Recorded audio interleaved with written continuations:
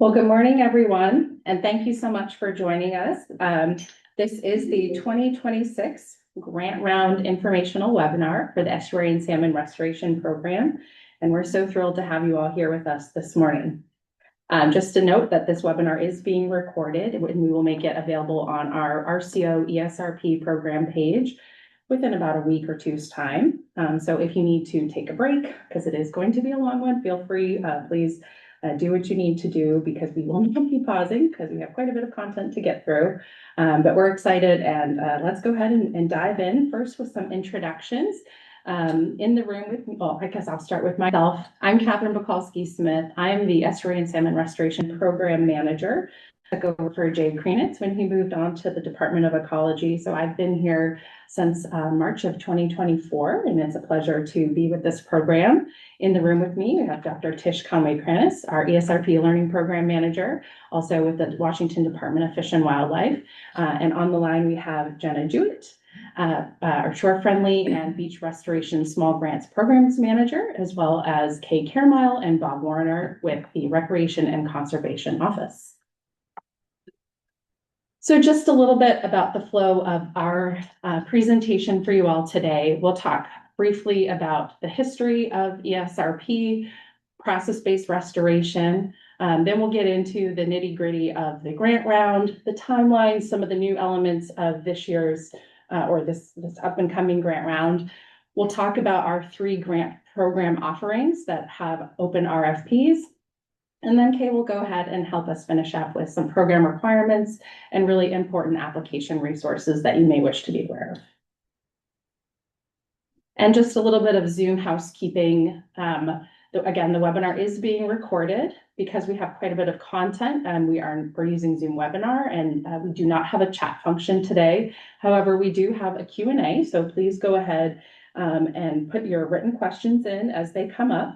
Bob is going to be our moderator today, so thank you very much, Bob. And if you have additional questions or maybe need to provide some context when we get to the Q&A, you can raise your hand, and we can choose to give you permission to speak if necessary. But at this point, I'll just add that if you do have site-specific questions or elements that are really specific to your project, we would encourage you to reach out to the program lead or some member of our ESRP team so that we can provide a really accurate and appropriate consultation for your needs. All right. So with that, let's get started in talking about our program. Hopefully many of you on the line are not new and you're really familiar with us, but if you are new to the Estuary and Salmon Restoration Program, or ESRP, it's important to know that we are a jointly administered program with the Washington Department of Fish and Wildlife and the Recreation and Conservation Office, or RCO. Each agency has different responsibilities to the program, with Washington Department of Fish and Wildlife providing the scientific foundation, technical assistance, the science support, overall priority setting, and program direction. And RCO is most notably our fiscal agent and contract manager for all of our ESRP grant awards. But that's not all. RCO also provides really valuable policy support and continuity with other RCO grant programs, and serves really importantly as a connecting thread, especially between programs like PSAR and the Salmon Recovery Funding Board. So again, if you've been around for a while, you'll know that ESRP has its roots in the Puget Sound Nearshore Ecosystem Restoration Project, or PSNRP. PSNRP was a 16-year, multi-million-dollar science investigation and partnership that defined the changes that occurred in the Puget Sound Nearshore. The project also identified restoration and protection strategies to address all of these sources of degradation.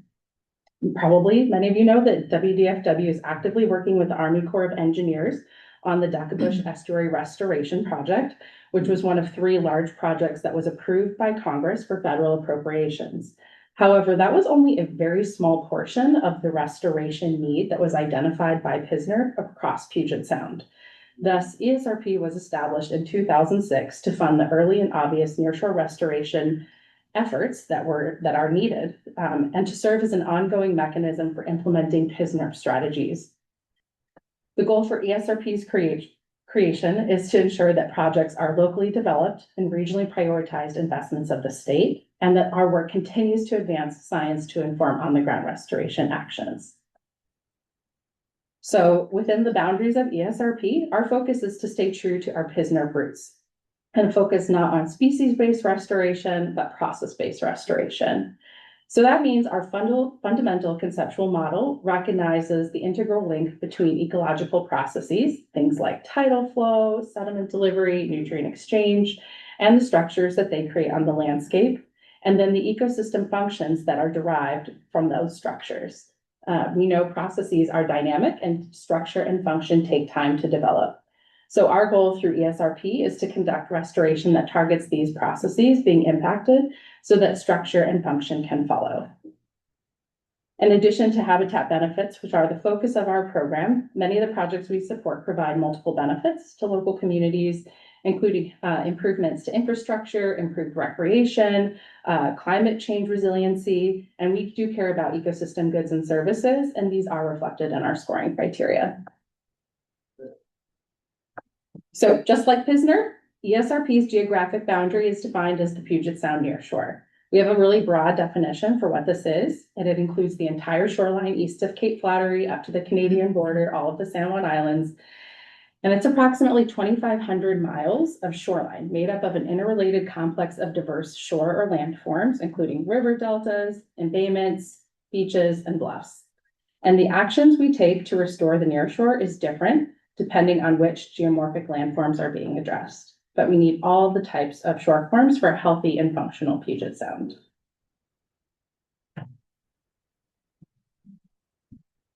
And it's also helpful to note that that red ribbon, or also often referred to as the bathtub ring of land of shallow water around Puget Sound, does include tidally influenced portions of streams and rivers and shallow water areas out to the extent of the photic zone, which is the depth of water where sunlight no longer supports marine vegetation, and includes upland riparian areas up to 200 meters inland. And with that, I'm going to turn it over to Tish to dig into some of our science. Okay. Hi, everyone. So ESRP has several broad objectives that came out of the PSNR project. The first is to restore and protect the connectivity and size of our large river deltas, to restore and protect sediment input, transport, and accretion processes in our beach systems, to restore and protect shoreline complexity and length, which often involves restoration or attention to embayment and coastal inlets.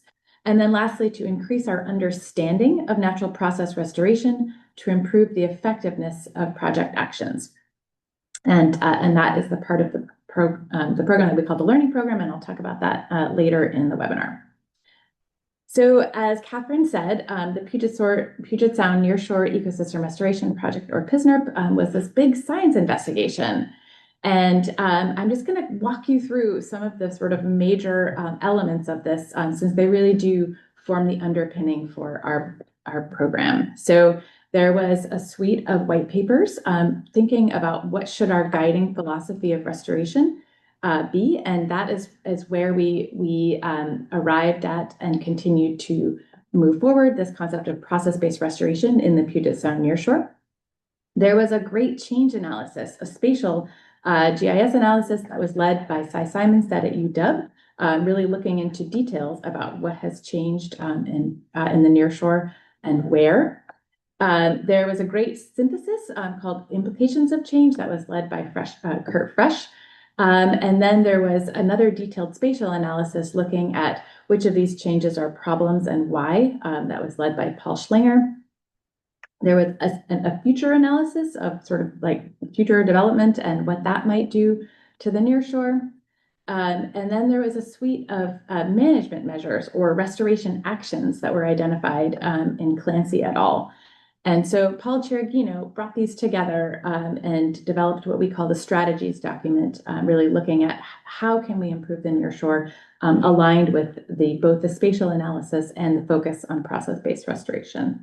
As Catherine said, this resulted in a feasibility report for PSNR and an approval for 12 projects, and that's where we sort of diverged. And then the Estuary and Salmon Restoration Program was born, and now we also have the Shore-Friendly Program. So thinking about our guiding principles for restoration, these were derived from landscape conservation and estuarine ecology, conservation of intact areas and processes, so that's a sort of protection side of our house, We take an ecosystem-based approach rather than a single species approach. We focus on physical processes, understanding the relationship these have with the structure and function that we see on the landscape. We recognize habitat heterogeneity as important. We recognize the landscape context, so really trying to encourage thinking beyond the scale of a single project and start thinking about the scale that processes are acting at. We think a lot about restoring connectivity and promoting exchange of organisms and energy between habitats and ecosystems. We restore large areas when possible. We also acknowledge the importance of rare or vulnerable components of the ecosystem, as well as particular species that are either keystone species, ecosystem engineers, or have other importance in that space, and cumulative impacts. So these are the raw materials for our criteria that Catherine will talk about later. And I would say that these sort of three elements of connectivity, physical processes, and large areas are particularly represented in those criteria.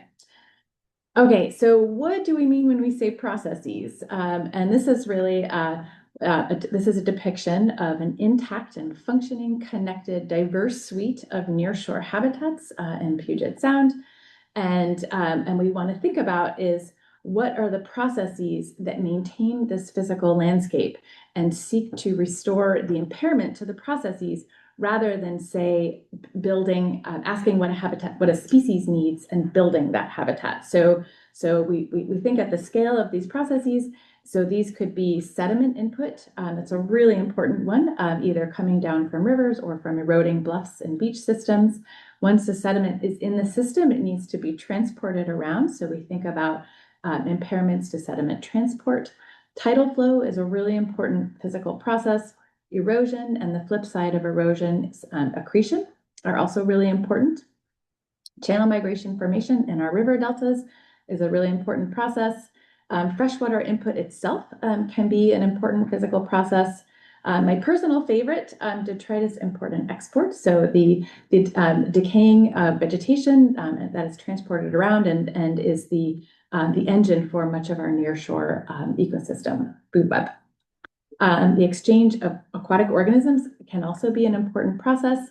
And then solar incidence, of course, as driving photosynthesis. So these are our raw materials for process-based restoration in the Puget Sound nearshore, and we think about these as when we are developing our projects and scoring them. So because of this emphasis on physical processes, we think about the landscape in terms of shore forms, geomorphic shore forms. So the Pisnert project divided up the world in Puget Sound nearshore into these sort of four categories: the 16 large river deltas, a much bigger number of smaller coastal inlets that can be thought of as mini deltas, barrier embayments that have a spit that's influenced by longshore sediment drift, and then beaches. And so if we think about these in a very simplistic way, we can think about, as we go from deltas to beaches, maybe an increasing reliance on sediment supply and transport, for example. And as we go from beaches to deltas, an increasing reliance on freshwater inputs. So very stylized, but just acknowledging that these services, these shore forms provide different sets of ecosystem services, and they also are shaped by different combinations of physical processes. And we have this great map that Pisnert created that we can see that categorized all of Puget Sound according to these geomorphic shore forms. And also developed process units that are polygons, bigger polygons that include multiple shore forms that delineate the spatial scale of the dominant processes. So we can think about process units as the spatial scale that these nearshore processes are operating under. And so they include the entire catchment area because, of course, water that's coming off of the landscape, freshwater inputs are really important. The adjacent upland is particularly important as having a big influence on the nearshore, and then the specific geomorphic shore forms. There are over 800 of these shoreline process units in Puget Sound, the 16 large river delta process units, and the linear extent of a shoreline process unit is defined by the net sediment drift. We also have a newer project that has remapped and refined the shoreform delineations for beaches in particular, and those are represented in what we call our Beach Strategies project, which has its own GIS hub and great web map that is focused just on beaches. So in each process unit or Delta process unit, we have a little two-pager that goes through the shore forms that are present, the level of process degradation, upland and watershed features, modifications to the shoreline, wetland loss or gain, there's wetlands in the process unit, as well as a management strategy. So this is a really great source of information to help tell people what might be happening in their process unit, at least as mapped by PSNRP. And we always welcome local data and information to support and tell the story of a particular restoration project. This resource is just that. It's a resource to help project sponsors and evaluators understand the lay of the land for this. For beaches on your shore. And when I stop talking, I can put a link to that in the chat, as well as to the Beach Strategies hub. We also have sort of an analogous resource, but just for beaches, that is based on that updated drift cell mapping, updated shore forms, updated armor information, and has specific modules that are dedicated to sediment supply, forage fish, and pocket beaches. So these came together to inform for PSNRP a suite of strategies. And this was really taking each of those process units and categorizing them according to their anthropogenic degradation and to their restoration potential, which involved the size and complexity of the habitats. And this was a spatial analysis. So each of those process units is categorized as either restore, protect, or enhance, high or low. And so in ESRP, we focus on protecting and restoring processes. This is the focus of our program, and we really try to support work that can affect change at the process scale. This is just a map showing the river delta strategy recommendations from Cheragino et al. And as you can see, for the 16 large river deltas, none of them were sufficiently not degraded as to have a management strategy of protect. They are all either restore or enhance. And then again, for beach strategies, for beach systems, we have a new set of strategies, and these are really cool because they include information not just at the drift cell scale, but also at the bluff scale. So really diving in on sediment supply and feeder bluffs as an important process, and including recommendations not just for drift cells, but for individual armored or unarmored bluffs. So it's awfully fun to go to poke around there. And again, there's the web map, and I will pass it up to Catherine. Great, thanks, Tish. So as you're understanding, ESRP is a holistic restoration program. And our primary tactic, though, to achieve this nearshore restoration is grant making. It's our strongest tactic for mobilizing local and state resources for broad ecosystem restoration. And that is what you are hopefully all here to learn about today. So let's talk a little bit more about the grant program offerings that we do have. So to achieve our objectives, we offer 4 different grant programs under the ESRP umbrella. We have our restoration and protection projects. This typically comprises the bulk of our ESRP investment. These range from large-scale restoration projects that remove dikes, restore intertidal habitats, debris and piling removal, acquisitions, and everything in between. Then we have our learning or regional pre-design grants. These are the sort of continuing on the PSNRP science and provide the foundational science to help us better prioritize, plan, and implement future restoration projects. Then we have our shore-friendly program, which provides technical assistance and incentives to support private shoreline landowners with voluntary restoration on their property. And lastly, the Beach Restoration Small Grants Program, formerly just the Small Grants Program, which focuses on smaller, lower cost projects to restore and protect beach ecosystems and serve as demonstration projects for Puget Sound landowners. And together, the Beach Restoration Small Grants Program and Shore Friendly Program represent ESRP's armor removal strategy. So now that we've talked about we've covered number one. We spent 20 minutes and we've covered number one. So now we're going to start moving into the details of the grant round.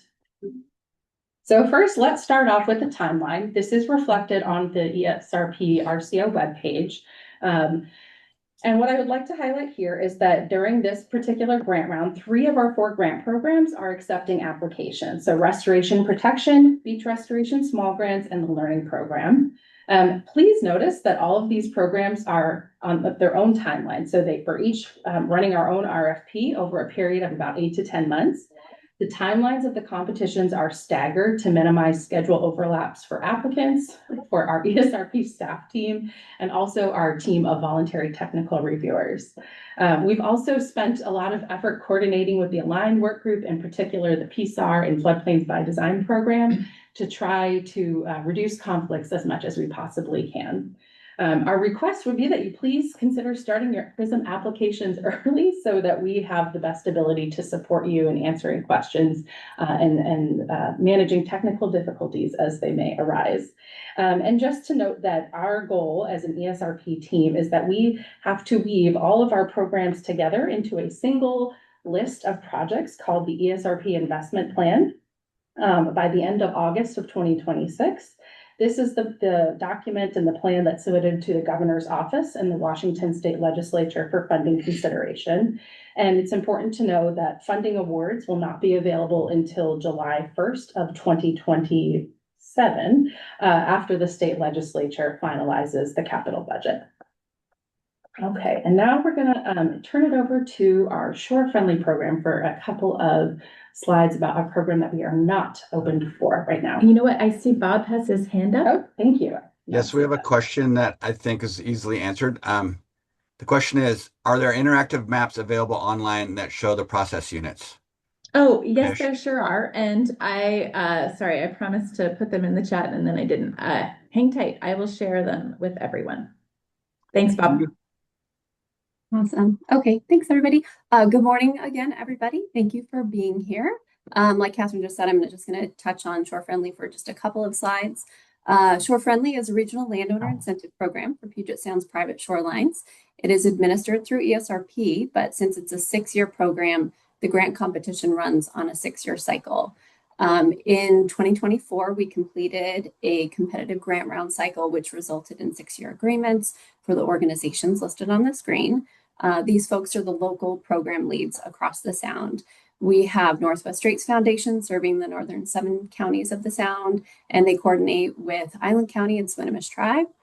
Kitsap County Mid-Sound Fisheries Enhancement Group, King County and King Conservation District cover the Central Sound, and a collaborative of conservation districts serve our Mason, Pierce, and Thurston counties in the South Sound.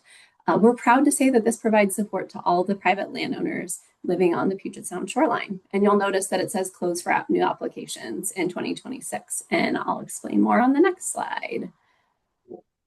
All right, so on a biennial cycle, so for this year, that means January through July of 2026, for our grant round, each of the local shore-friendly leads will submit 2-year funding requests, which will be evaluated and added to the Zipper and ESRP investment plan for funding consideration by the legislature.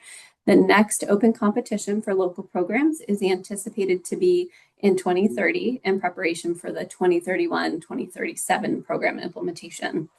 Since our focus for the webinar today is on restoration protection, learning, and beach restoration small grants, I'm not going to go too deep into Shore Friendly, but I will set the stage for how it connects with the competitive grant process to protect and restore our beach systems. Shore Friendly is this really cool and unique voluntary stewardship program that serves many functions for our beaches and Puget Sound communities. But in the context of this webinar and our grant round, it primarily serves as a pipeline for armor removal and avoidance projects. Let's see, are we on the right one? Yeah, that's the right side. Led by locally driven and informed leads or shore-friendly leads. Each program offers a tailored suite of stewardship incentives and services to their shoreline landowners. So looking at this project pipeline, you can see that the shore-friendly work is at the front end, delivering community outreach and planning support, strategic landowner recruitment, site visits, technical expertise and services, and construction incentives. This pipeline flows into other grant programs like the beach restoration and small grants and others that serve as a competitive opportunity to help the more expensive projects come to fruition. I'll cover the beach restoration small grants funding opportunity later in the presentation, and I'll put my contact info in the chat if you'd like to be connected with your shore-friendly lead or would like to discuss project ideas and are looking to find the right fit. I'm here to serve you to help deliver incredible projects. All right, I'll hand it back to you, Catherine. Great, thanks, Jenna. Okay, so we're still talking now for eligibility for all grant programs that are open this cycle. So program eligibility basics, all projects must support the mission to restore and protect natural processes that create and sustain the Puget Sound nearshore ecosystem. So what does that mean? Project sites and types must be within our geographic boundary. Again, that's east of Cape Flattery to the Canadian border. The proposed project must be identified by either PSNRP, a salmon recovery lead entity, a marine resources committee, or listed in a current watershed, salmon recovery, or nearshore habitat restoration and protection plan. The primary purpose of the project must be to restore nearshore ecosystem processes and functions. Projects with the primary purpose of providing recreational access are not eligible as standalone projects, but these activities can be included as eligible components of a larger effort. And we do not fund work that relieves obligatory compensation or mitigation requirements incurred by the project sponsor or a third party. Next slide, please. So ESRP strives to support project activities that can be completed within a 2-year timeframe to align with our biennial budget cycle unless additional time is warranted or approved by the ESRP management team. I believe that that's probably pretty common for a lot of our projects. We understand that typically 2 years may not be sufficient, but when you're thinking about and conceptualizing your project, do be trying to think about that 2-year timeframe. Eligible applicants are your usual suspects: federal, state, and local agencies, Native American tribes, educational institutions, NGOs, nonprofits, land trusts, fisheries enhancement groups, conservation districts. And for our learning projects only, we do welcome private and public corporations. And new this year is we are instituting funding request limits. So for our restoration and protection program, we have a maximum of a $3 million request from the ESRP program. And then for regional pre-design and beach restoration small grants, there's no minimum for both restoration and protection and regional pre-design. For regional pre-design, we have a suggested maximum of about $350,000. And if you think you're needing more than that, we suggest you reach out to Tish to talk a little bit more about the project scope you're thinking about. And then for beach restoration small grants, it's a $350,000 maximum per property. And Jenna has a little bit more to say about that on her slide. Okay. So for program costs eligibility, so all costs, whether you're seeking reimbursement from ESRP or not, must directly relate to completing your project scope. Indirect is only available for our learning and shore-friendly programs, and you must be prepared to provide RCO, the appropriate documentation at the time of agreement if you are awarded an ESRP grant. Eligible costs are eligible pre-agreement costs are detailed in each program's RFP, and I'll talk a little bit about what's eligible for restoration protection shortly. But really, you'll want to consult the RFP for the particular program to which you are applying. But ineligible costs across all programs would include required mitigation, hazardous waste cleanup, and project-specific effectiveness monitoring. And if you do have any questions, again, this is where we would encourage you to reach out to the project lead for your particular proposal. So this is one we're really excited about. We hope you are too. After much discussion with sponsors, with the Align state work group of grant programs, with the Puget Sound Partnership strategic funding partners, the ESRP team has decided to do away with match for all of our grant programs for this grant round. We are aware of the rapidly changing funding landscape at the federal and state level, and we don't want that to be a hindrance to good work happening. So we are removing match as a requirement. However, we are going to use in the PRISM module a screen for requesting information about funds that you are leveraging in your project.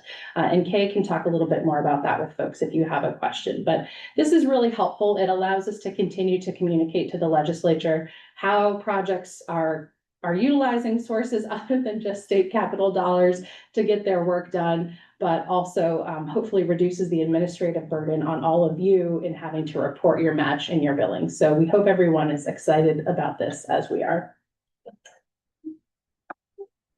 Okay, so as I mentioned on the timeline slide, each grant program that is open for applications is running their own competitive grant process. Projects are being reviewed and scored by different volunteer technical review teams. Our review teams represent a spectrum of policy, science, and practical restoration expertise. Every ESRP program is going to have its own set of evaluation criteria that's being utilized by these review teams to score and rank projects. And these criteria are detailed in each program's RFP, along with how many points each criterion contributes to the project score and how you can ensure that you have a high scoring proposal. In addition to the scoring, our review teams throughout the review process may offer recommendations on the scope, the deliverable, even the budget for your proposal.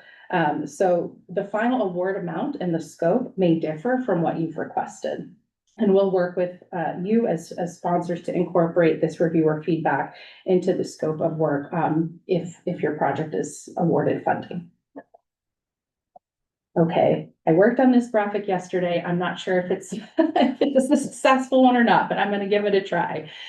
So as we've mentioned, ESRP's investment plan, the document which we present to the legislature, is a zippered list of our 4 grant programs.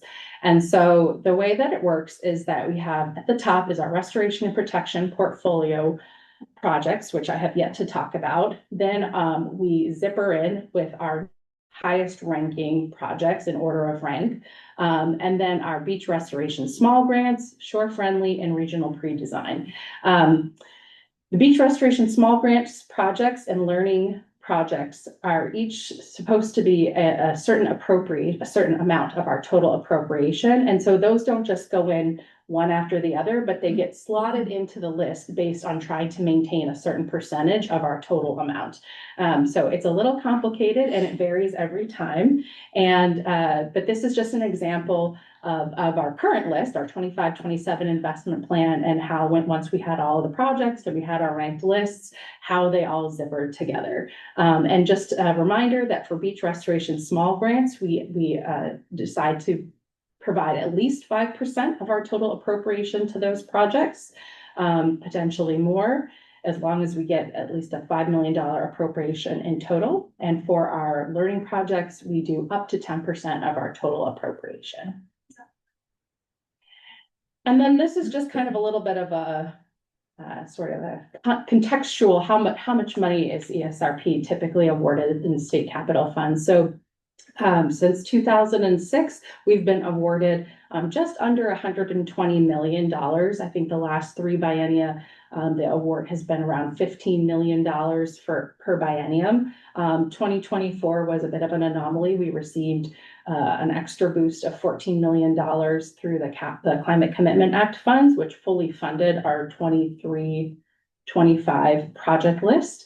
But just to say that you can kind of see that there's typically, at least for the past several biennia, requests in and around the $28 million to $30 million mark, and we're getting about 15 million. So about half of our requests are, or half of our request is being funded. And since 2006, we're pleased to say that we funded more than 230 projects with that state funding. So we feel really positive about our achievements. Okay, back to the timeline, I think just a reminder here that all of the programs are on their own timeline. So please consult the respective timeline for the program for which you are applying. And with that, we're now going to take a deeper dive into the Restoration and Protection Grant Program and the eligibility and criteria for this program. So for this program, I am the lead for this program, and I work with Kay Caramile at RCO for grant and contract management. So if you have any questions, we would be the first two folks you could come to. So eligible projects under this category would be nearshore acquisition, both conservation easements and fee simple. And then the design and construction of nearshore and estuary restoration projects. And just a reminder that we do have a $3 million maximum request from ESRP on this project type. Pre-agreement costs eligible for reimbursement under restoration and protection grants include costs necessary to establish land values for acquisition, engineering and design costs, and wood culverts and bridges if cost effective. And please just keep in mind that all of this must be pre-approved in writing by the ESRP team. And then I think, yes, and you cannot begin construction, planting, or other project implementation prior to the official agreement start date. And so with that, before we dig into our criteria for this program, I'd like Tish to talk a little bit more about how we set those up and why. Yeah. So as we know, ecosystems are complex and are nested in scale. So this is just a lovely schematic of the way that we can think about nested spatial scales in the Salish Sea. So we've got Salish Sea, Puget Sound, subbasins, maybe some kind of management area like a county or something like that. Process, which again are these spatial polygons defined by the dominant physical processes that form habitats in the Puget Sound nearshore.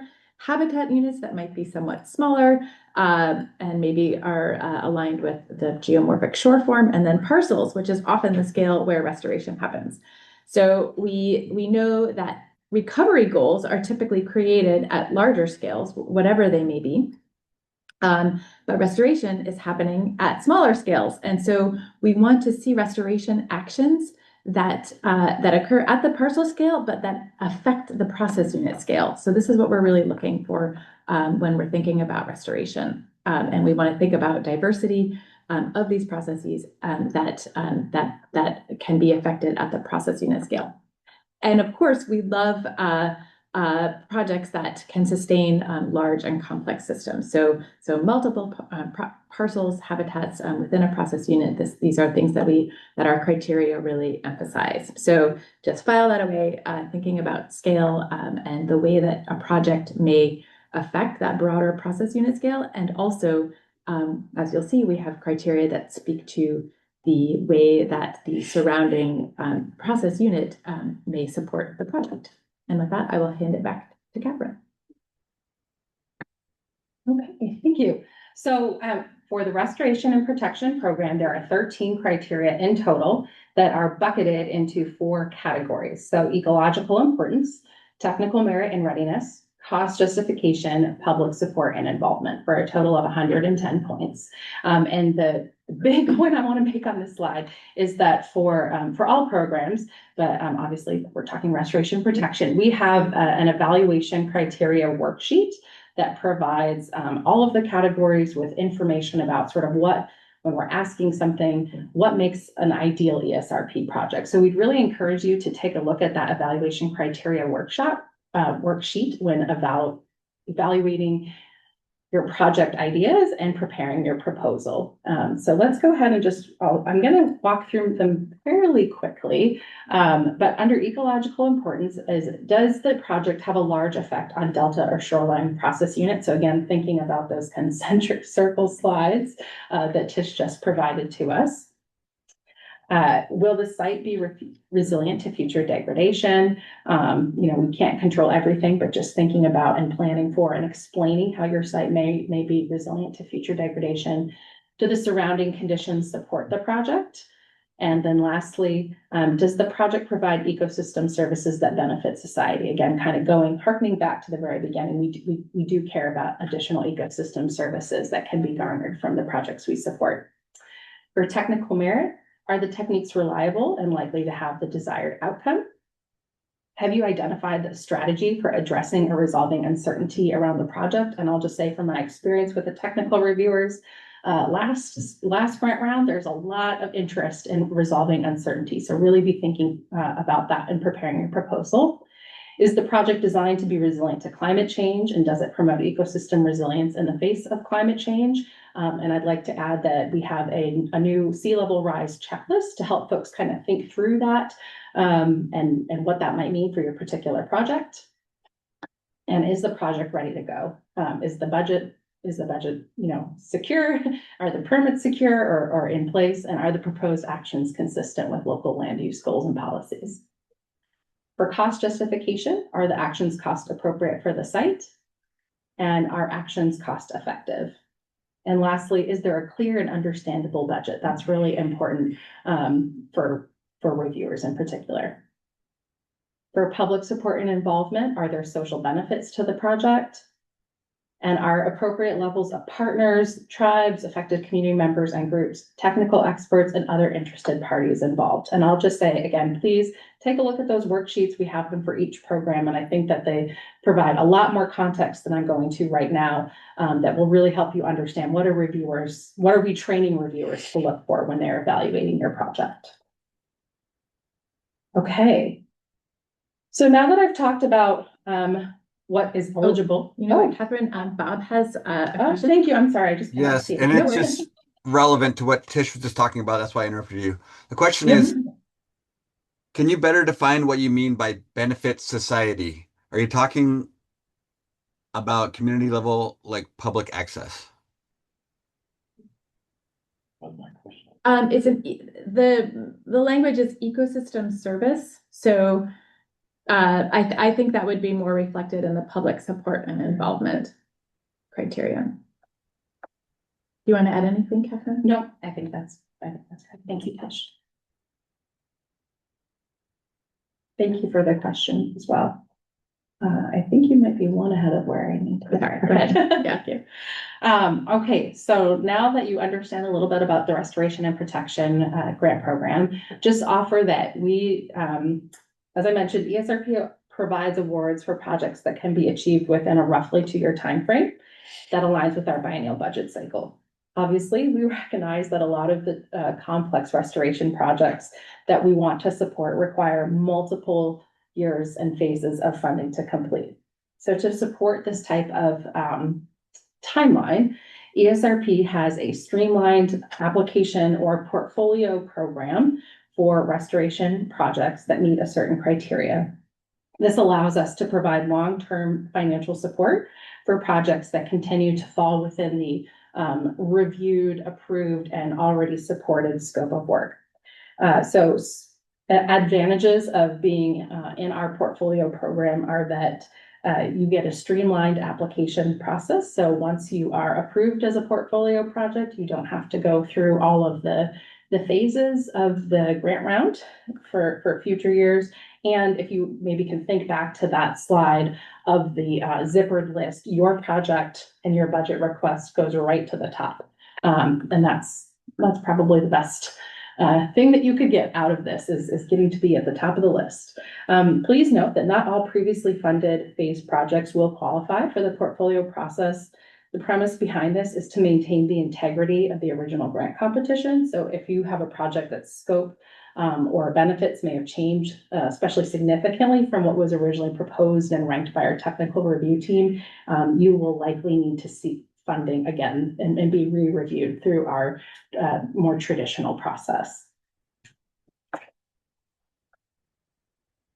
Okay, I'm going to try to get through this fairly briefly. There's a lot more detail in our RFP, and if you think that this may apply to you, I'd really encourage you to reach out to Kay and myself to get a little bit more information. But to be eligible for consideration as a portfolio restoration project, the project must meet the following criteria. Must have scored well in a previous scored well and been awarded funding in a previous ESRP competition.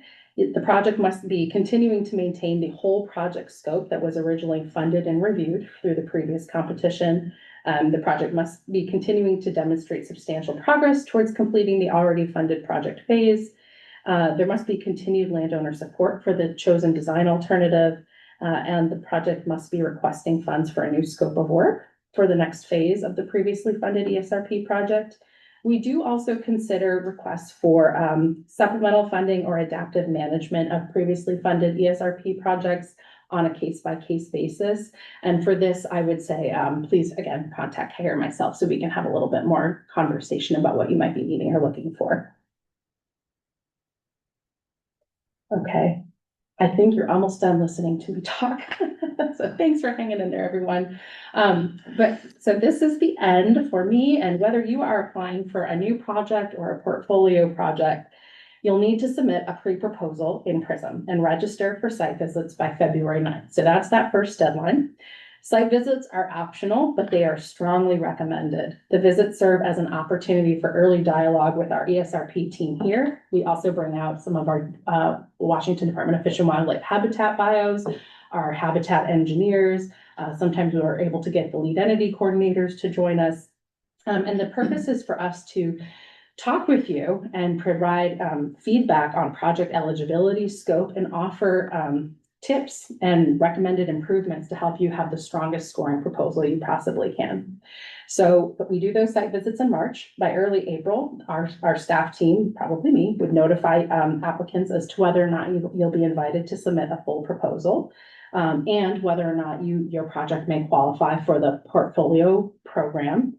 Applicants for new projects will present to our technical review team in April of this year. It used to be in the summertime.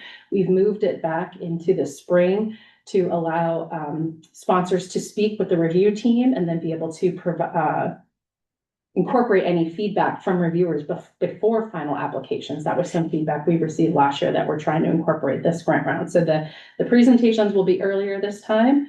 Final applications would be due in May, and then in May you would be done, and then we would continue our work with the reviewers and scoring final applications, and then we would put out our final investment plan in October, our preliminary investment plan in October, and that's when folks will find out about their rank and where they've scored and where they are on our investment plan. And I believe that's it, Bob. I'm going to call on you since I keep skipping over. Were there any other questions that I should answer before we hop into beach restoration small grants? No, there are not right now. Thanks. Okay, great. Well, thank you. And I'm going to turn it over to Jenna.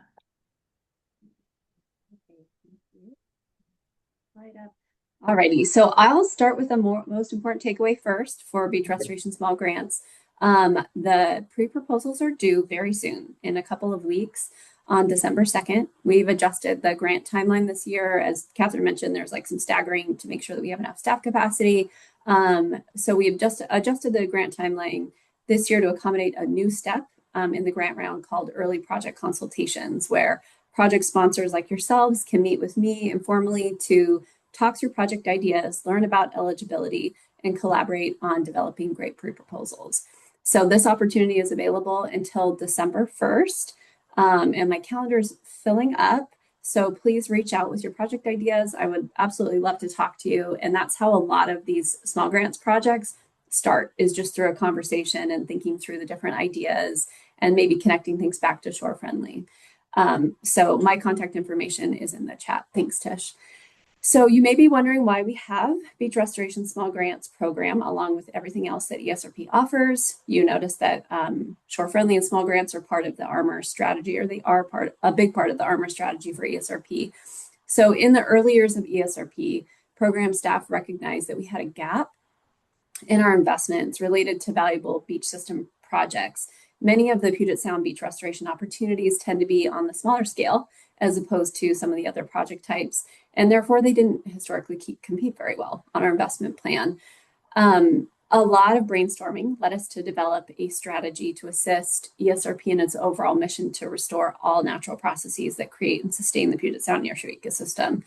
We set out to achieve this goal by by initiating a small grants pilot program in 2016 with the intent of providing funding opportunities for regionally significant yet small-scale projects that collectively protect and restore beach systems. The program has evolved over the years, which has helped dial in the focus on beach restoration projects, hence the name change this year. We were small grants for a long time, and we've added beach restoration on there. And so the highest priority for beach restoration small grants, our program, is to fund armor removal projects. Armor removal projects are considered a high priority for the process-based restoration because of their benefits to beach habitats and the important species that depend on them, including salmon, forage fish, birds, shellfish, and people. Another distinguishing characteristic of beach restoration small grants is the connection with the shore-friendly programs and community outreach. We achieve this connection by ensuring that all projects in the program serve as demonstration sites for neighboring property owners, local communities, and other marine waterfront landowners in the greater Puget Sound. This purposeful, strong alignment with our other beach system-focused program, Shore Friendly, allows us to start projects within that shore-friendly pipeline, move through to construction with small grants funding, and feedback into the shore-friendly pipeline, and therefore demonstrating the success of the whole cycle and hopefully inspiring new landowners. Next slide, please. So there we go, perfect. When sponsors are considering the right grant program for their project proposals, which I think is maybe why you're here, it's helpful to think about the specific actions and nearshore processes that are being addressed. So the primary processes targeted through small grants projects are beach erosion and accretion and sediment supply and transport. That is typically done through what are called primary management measures or actions that Tish had mentioned earlier. And for this program, that's armor removal and groin removal. Lastly, typical supporting or secondary actions for projects include revegetation and topography restoration. And for more details about all of these things, you should check out the RFP, which is online, and I think we've already posted the link to that. Next slide, please. So here are the most relevant details for the Beach Restoration Small Grants Program. We've made some huge process improvements this year to support more projects, and we've always had some flexibility with small grants to really meet the needs of the community. So we're excited for these changes. So the funding request limits, as was mentioned earlier, are $30,000 to $350,000. Shore-friendly projects can usually provide incentives up to $30,000. So that's our lower limit. And then upper limit being the $350,000. Our past limit was $150,000, and we increased this to allow for a full project to be constructed with a single funding source, and to encourage sponsors to focus their efforts on multiple adjacent landowners to maximize habitat connectivity benefits and the cost efficiencies of working on multiple projects in a small area. This limit, again, is per property, and there's no maximum for the whole project proposal. Award period is the same as everybody else, July 1st, 2027 through June 30th, 2029. We also don't have a match requirement, as Catherine mentioned before. For small grants, that was really it's been a big funding barrier for folks. So it further justifies why we wanted to remove that. The project type. So we did remove acquisitions from our current grant offering, which we had included, but as part of the evolution of the program, we really want to focus on the construction projects. So we want to do feasibility design, feasibility studies, design, and then construction for those armor removal. Let's see, eligible applicants, those are similar to the other programs, and you can look at that in RFP. And then lastly, the demonstration value. So we require, which is different from the other programs, the draft communication plan, which is required at application, and we have resources and examples in the RFP and also on RCO's website. So the anticipated small grants program funding for this upcoming grant round, so we will have all the ranked projects go into the zipper preliminary investment plan, and we will dedicate at least 5% of the ESRP appropriation to Beach Restoration Small Grants Program, assuming we have a $5 million appropriation. Next slide, please. So this is a little bit of a repeat, but the key differences. First is virtual site visit. So unless it's deemed necessary or our sponsor requests it or one of our technical reviewers is really interested in being on site, we focus on a streamlined application process, which includes virtual site visits. Sometimes in-person site visits are still necessary, and we're happy to come out. So one of our main objectives for the smaller pot of funding is to streamline in many different ways, and this is one of them. And we're streamlining it for ourselves, we're streamlining it for sponsors, and we're streamlining it for our technical review team. As you saw with all of the different programs and projects and review cycles, it's a lot to get out into the field for everything. So that's helped us get some really great reviewers in the past. Maximum request is $350,000 per property. And then the additional application attachments are the letter of support from MRCs, lead entities, LIOs, or shore friendly, and then the draft communication plan. And then looking at our criteria, so they're very similar to the rest of ESRP, but we shifted the points. We weighted them differently in small grants to reflect our emphasis on public support. That is a really important component of small grants, and you will be evaluated on that. And then I think I have one more slide, perhaps. Next one. Yes, and you can just pop through those, Tish. The animations. So here's our grant timeline for beach restoration small grants. As mentioned, we are in the early project consultation stage. So my takeaway is call me and let's talk about it if we haven't already, so that I know that your project's coming. And then pre-proposals are due in 2 weeks. So start your application now, work with Kay, make sure that if you're having any issues, you get it in there and we can get through that before the 2nd. And then that's followed by applicant virtual presentations in mid-December. So that is 1 month away.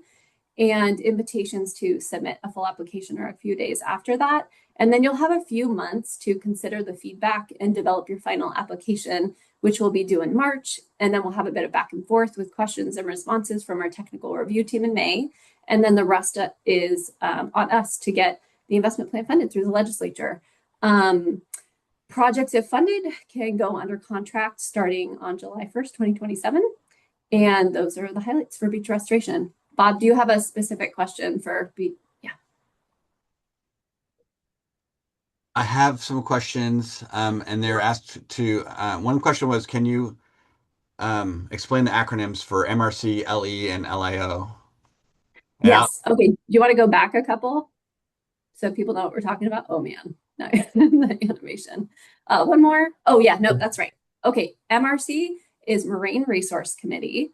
And then we have LE, which is lead entity. LIO is lead integrating organization, I think. Gosh, I hope so. And then shore friendly. Yes. Okay, and finally, I have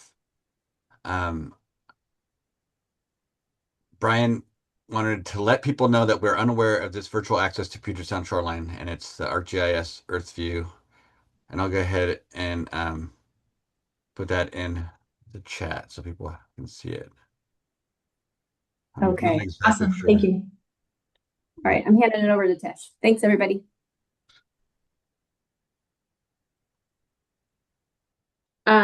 Okay, so next we're going to talk about learning program. And Catherine, do you want to just quickly go over the nitty gritty? Oh, sure, I can.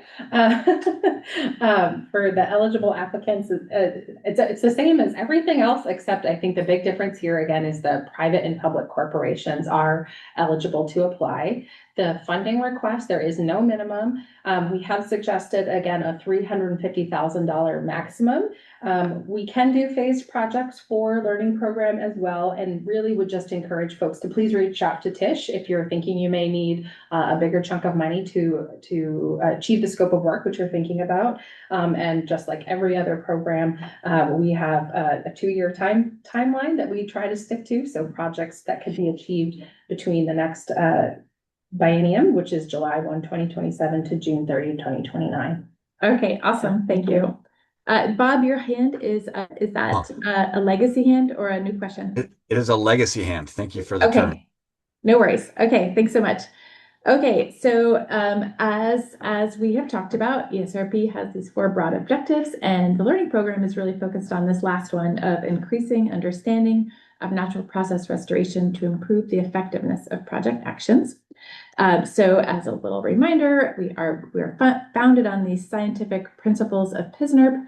90% of our funding goes to what I call dirt moving process restoration in Puget Sound and our shore friendly program.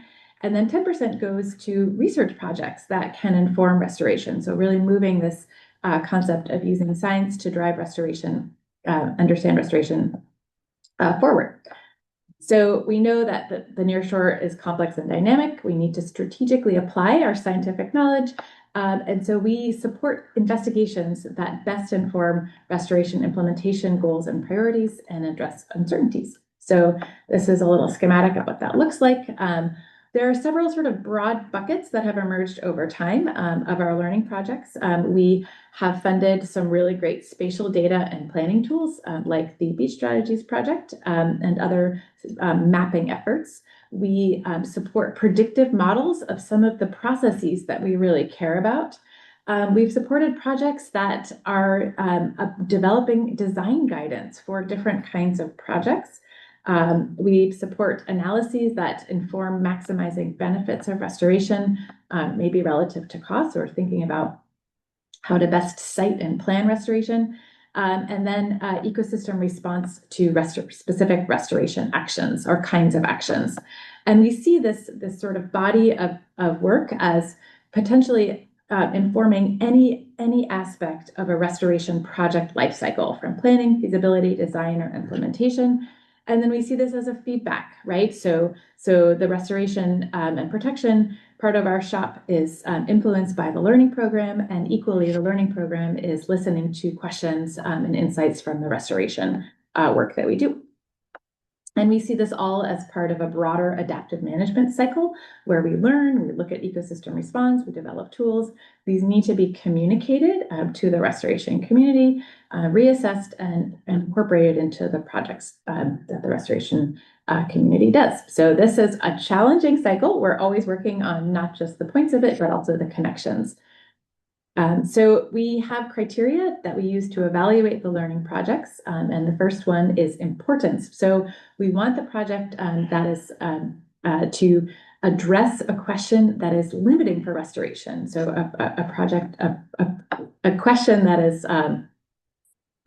helping to inform a big problem or a big uncertainty in restoration. We want the project to have strong efficiency or technical merit, reliable methods, and sort of a well thought out plan to achieve the goals. We like projects that have a policy impact, so that could inform capital restoration programs like ESRP in terms of our policies or guidance.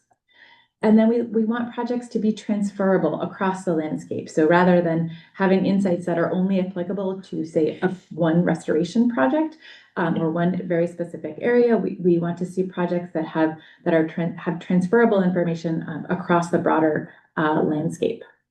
And then lastly, we like to see projects that address our specific program learning objectives. And this is what they are. We have them for deltas, embayment, and beach systems. And so for deltas, we want to see delta scale analyses of habitat function or resilience to climate change, design decisions that influence levee or dike removal, and that can help inform planning for multiple benefits.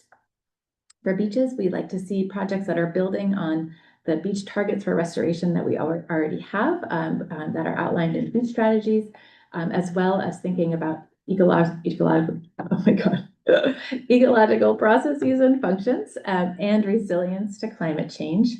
So I think I've like had a little bit too much coffee. Or maybe not enough. Maybe not enough. It's hard to say. And then for embayments, again, we want to see help developing embayment targets, as well as thinking about ecological processes and functions and resilience to climate change, as well as mapping and characterizing our broad and diverse set of embayments in Puget Sound. So here are just some examples of learning projects that have been funded over the years in beach systems. So we've looked at effects of ecosystem response to various restoration actions, including armor removal and beach nourishment. We funded a variety of analyses to support restoration planning, including the beach strategies project. We've looked at variation in bluff erosion rates. We've quantified beach function according to beach strategies of specific feeder bluffs, and then looking at feeder bluff sediment supply. So, and this is just a smattering, and we can put the link to the restoration, Salish restoration platform where you can peruse to your heart's content all of the funded learning projects. For river deltas, we've had some great analyses of ecosystem response to restoration from the Skagit, Stillaguamish, Snohomish, and Nisqually deltas, as well as a suite of really great analyses to support restoration planning, including tidal channel allometry, that's Greg Hood's work, habitat-specific rearing limitations, that is so cool that I listed it twice, also as density-dependent rearing limitations, fish response to self-regulating tide gates, and also models of sediment transport and delivery. So again, just a small smattering, and happy to talk more about any existing learning projects. Thank you so much, Catherine, for putting that link into the chat. So how do we communicate and connect the science that we fund and the practice? We have webinars, and this is something that every learning project sponsor needs to do at the end of their project.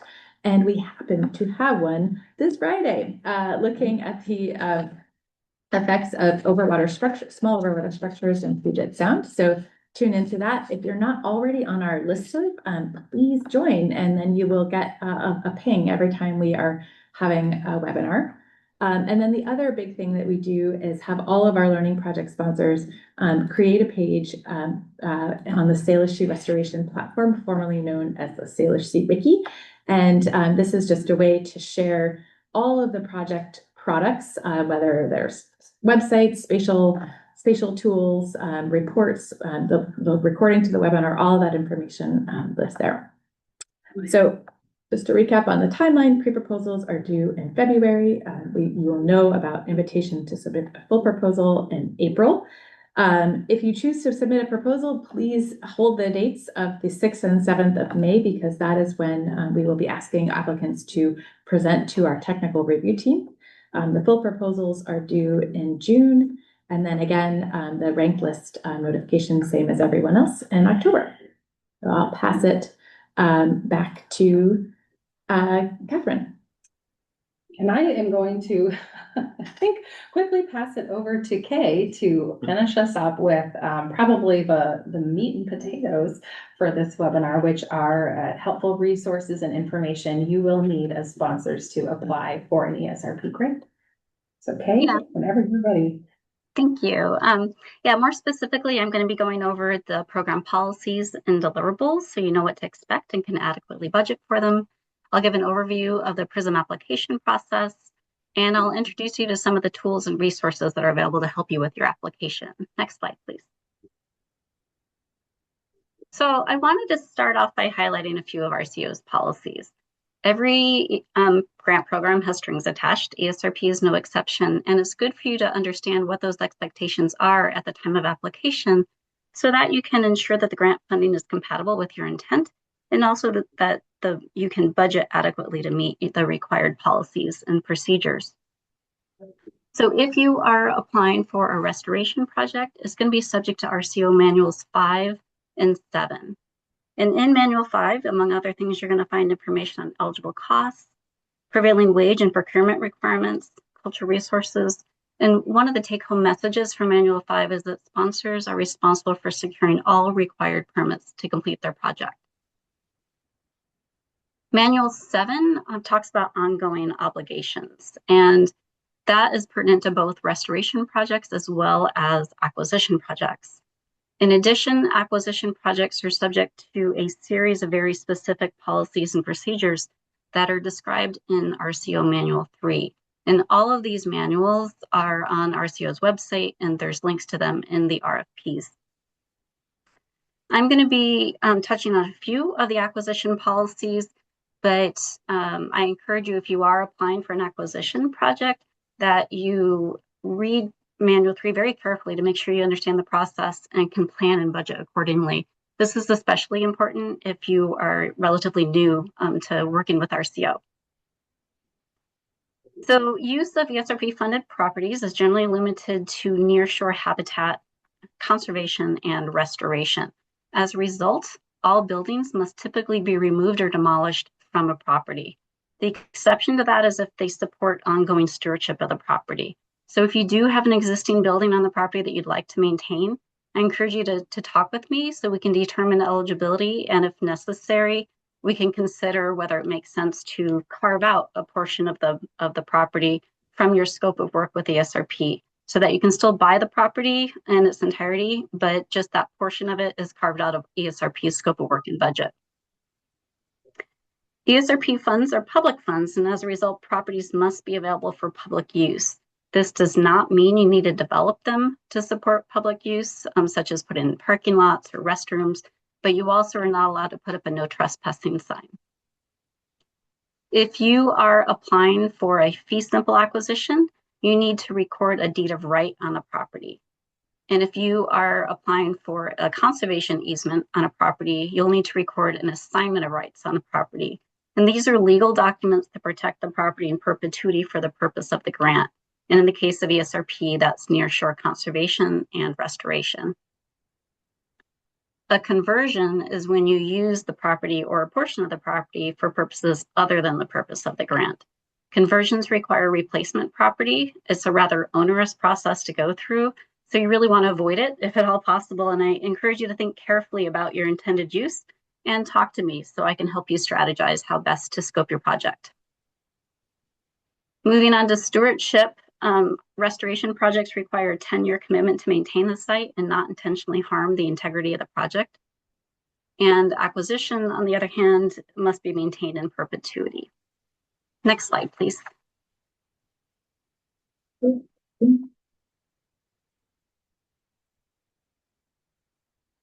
Thank you.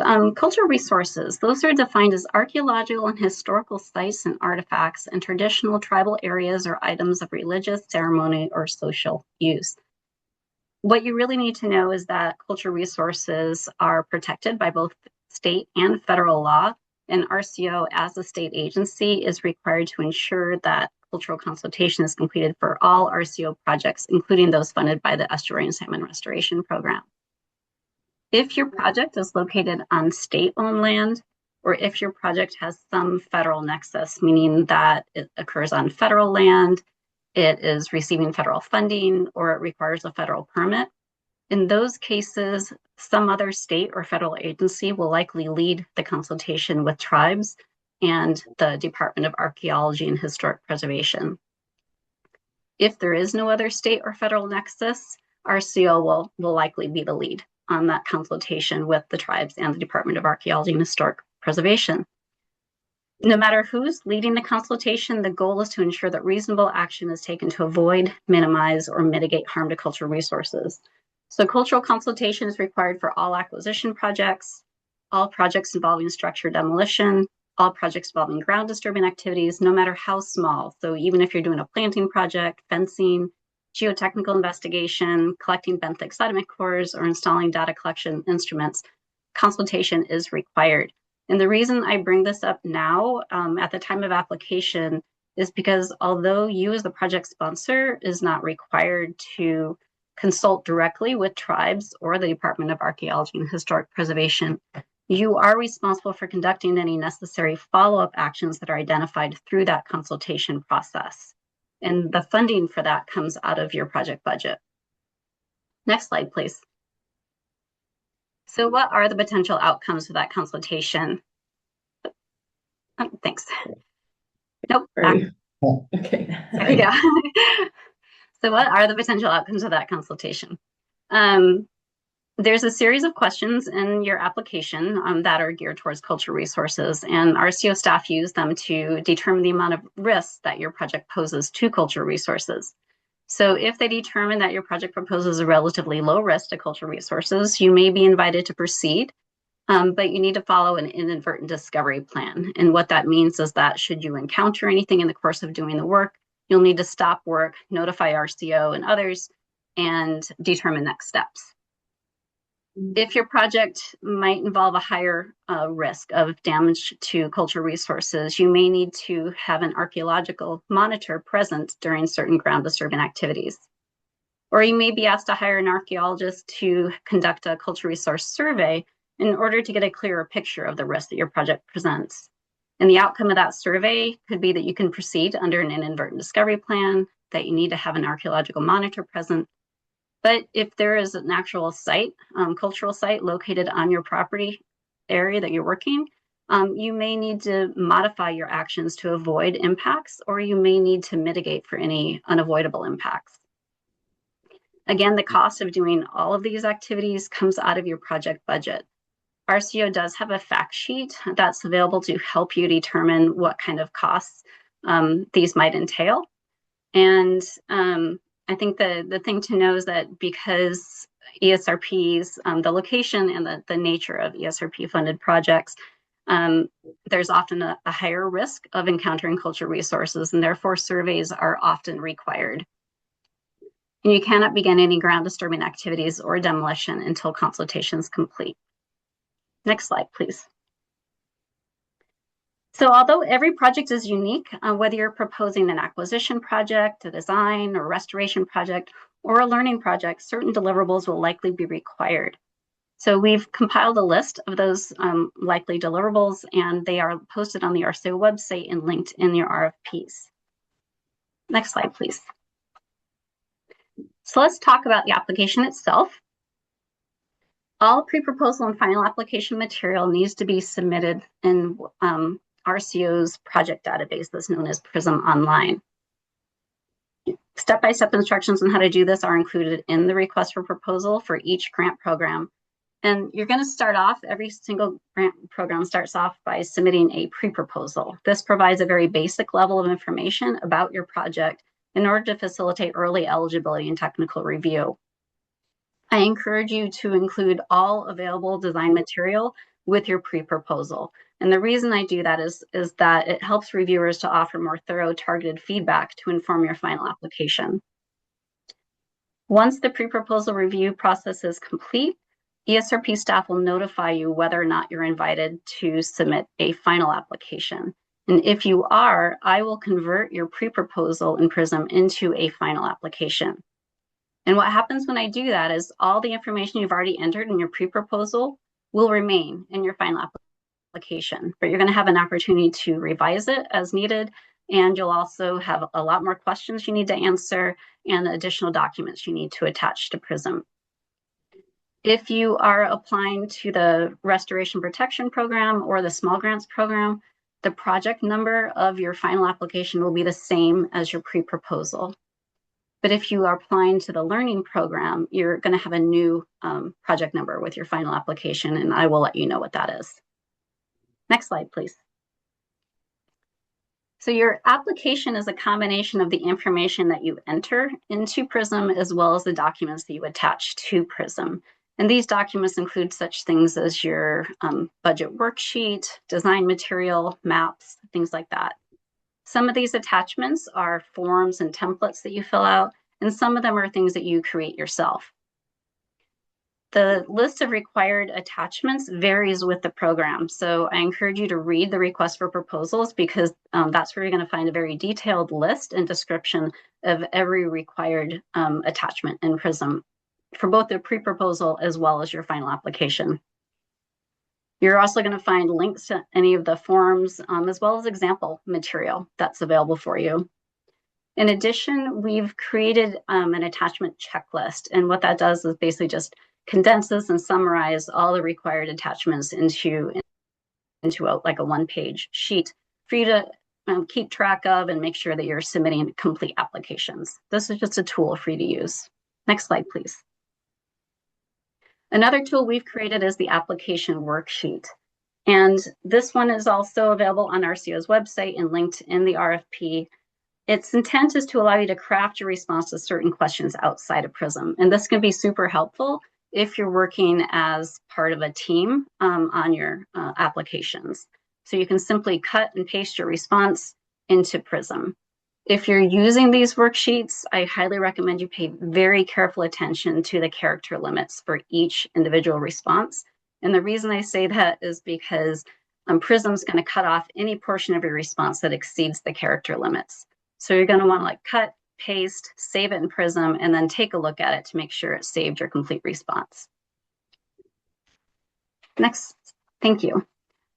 So many resources are available to help applicants with their application. First and foremost is the request for proposals. This is where you're going to find everything you need to know on how to apply to the various grant programs. You'll find information on the program eligibility, the schedule, instructions, evaluation criteria considerations, as well as some technical resources that are available to help you develop your projects as well as your applications. Can you click? In addition to that, we have recorded webinars. One of them will be a recording of this live application workshop. In addition to that, we have created some recorded application modules, we're referring them. One of them is on how to enter your application in Prism. There's one on aquatic permitting that also gets into ESA consultation.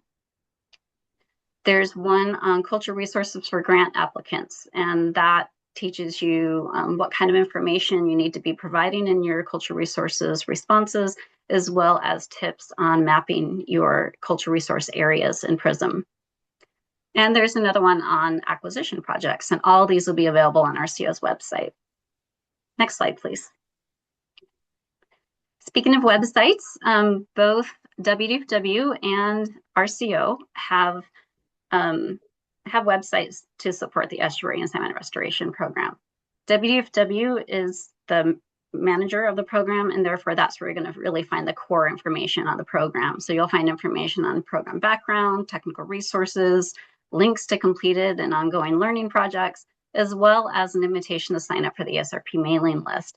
And this is really recommended that you do because this is the easiest way for us to convey any program updates, grant round updates, as well as how you can sign up to receive information about upcoming webinars for the learning program. Next slide, please. And then RCO's website is dedicated to the application and agreement materials that you'll need to complete your project. So this is where you're going to find the grant round schedule, links to the RFPs, templates, forms, worksheets, checklists, examples, everything you need for your applications, including the new sea level rise considerations checklist that Catherine had mentioned earlier. There's also RCO's policy manuals and the recorded webinars. Next slide, please. A few parting tips on your application. One is to be thorough. This goes without saying, but keep in mind that you likely have institutional knowledge about your project that the reviewers do not have. And it's up to you to provide the reviewers with the full vision and context for your project through your application material. You can have an amazing project, but if the reviewers don't understand what you plan on doing and why, they're going to have a lot of questions and it's not going to score well. Another tip is follow the application checklist. Again, this is a resource just to help you to submit a complete application. Read the evaluation criteria. Be sure to get into all the sub-bullets and sub-bullets because they are intended to help you develop the best response you can. You want to make sure you provide a thorough, complete response in order to maximize your project score. Don't procrastinate, kind of good rule of life in general, but with your application, it's really important. And that's just because, you know, one, the application has a lot of questions for you to respond to, but also you're working with Prism. And if you're not familiar with working with Prism, it's a database. It may take time to get used to it. It sometimes goes down for an hour or two, maybe even a day, so you don't want to wait to the last minute. You want to submit your application by the deadline. And if you need any assistance, contact any of us. Next slide, please. All of our contact information is available on in each of the RFPs and is on this slide as well. Next slide. And then just a final plug for our ESRP mailing list listserv. Again, this is really the easiest way for us to communicate with you, so we encourage you all to sign up. Thank you. Next slide. Any questions?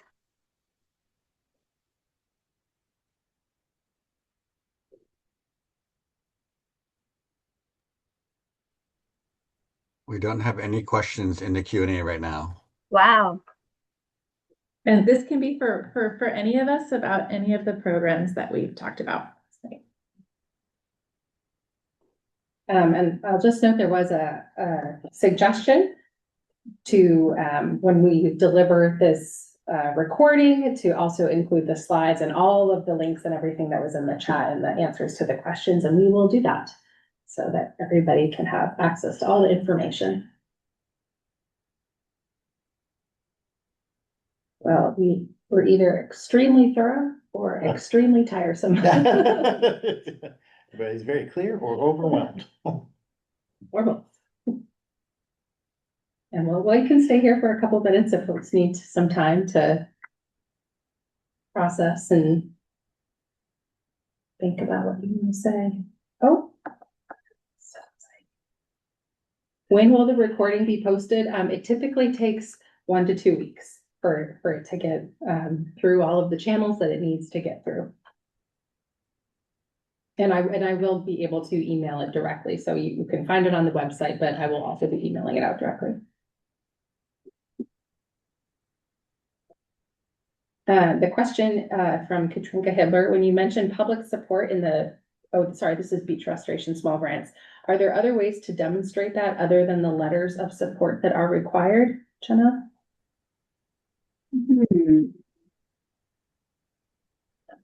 It's a good question. I'm wondering, so the letters of support are required. So I'm curious what you're thinking, Katrinka.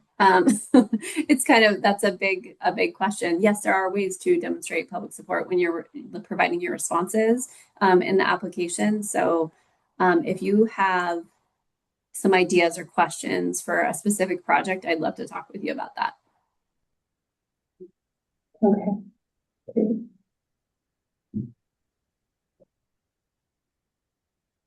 I have another question for the panels.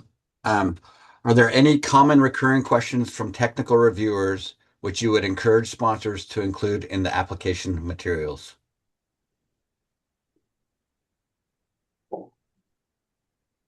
That's a good question. Really good question. And I'm just thinking back over the years about sort of what themes have emerged.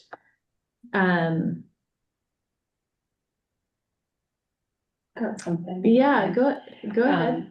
I didn't say this in the for the restoration and protection program in particular. It's important to note that the folks who come out to the site visits in March are not the same folks as the people who are doing the technical review and scoring. And so it's really important and helpful to clarify if you've made any changes, and taken any feedback from that group, the sort of the technical review support folks in March, and how you may have adjusted or changed your proposal to incorporate that feedback and clarify, like, this was feedback we got from that group and here's how we addressed it. I think that was something I really picked up on last year. We have tried to address that by requesting folks provide written responses to that feedback. It's in the application checklist, but just to really say that that was something I noticed. Technical reviewers for restoration and protection felt like there was a bit of a disconnect for them because they are separate groups of people. So just really, I think that goes to Kay's comment about like historical knowledge. And if you're with a project throughout a phase of time, you know, you might have things in your head, but not everyone is carrying that thread the way you are. I would echo that for beach restoration small grants too. It's also just thinking about like the timeline. For instance, small grants, virtual site visits are going to be in December, but we don't actually do the review until after March. And so people need that thread of here's what's changed. And it can be really simple, but it helps the review process go a lot faster. And it just answers a lot of questions before we have to then ask maybe the same thing during the Q&A, during the review.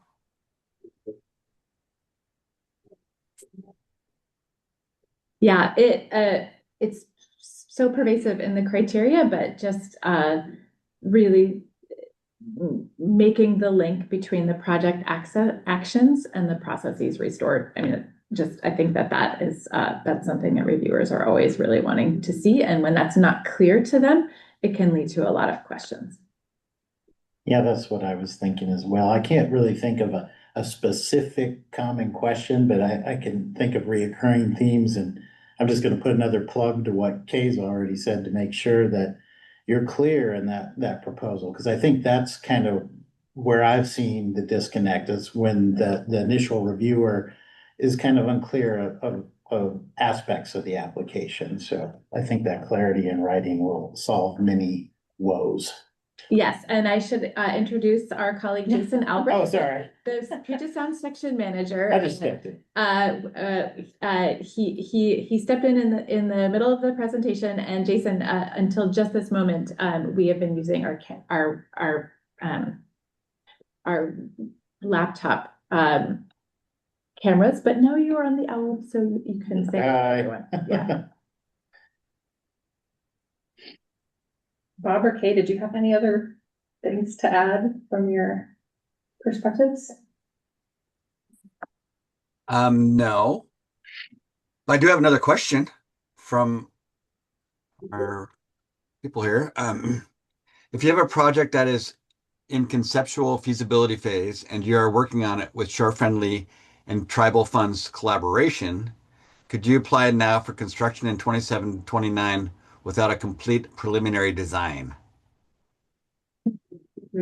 Yeah, great question, Christina. I think the answer is yes.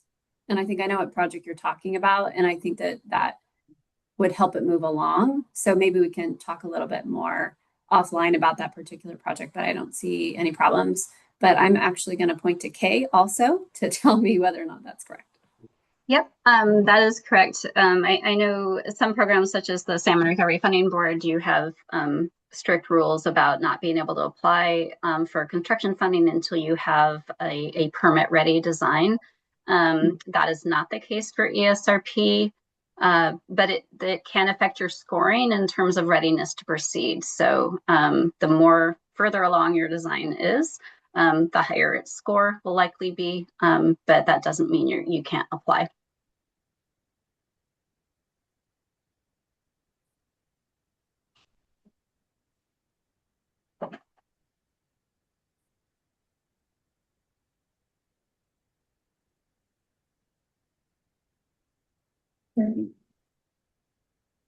Good questions.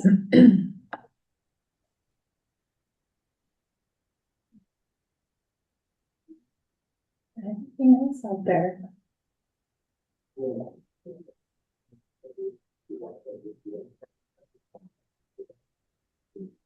Well,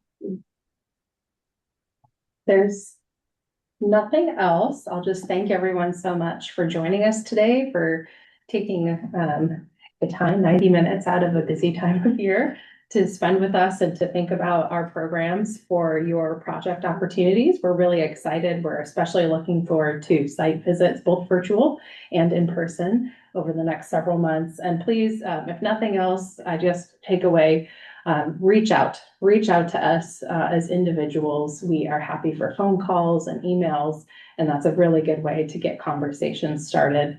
And we look forward to supporting you as you're working on your projects. And we will go ahead and get this uploaded and shared out via email with the slides and the links just as soon as we possibly can. So thank you all so much for your time today. And I guess we'll go ahead and stop the recording and log off here. Thanks, everyone. Thank you. Thanks, everyone. Thanks, guys.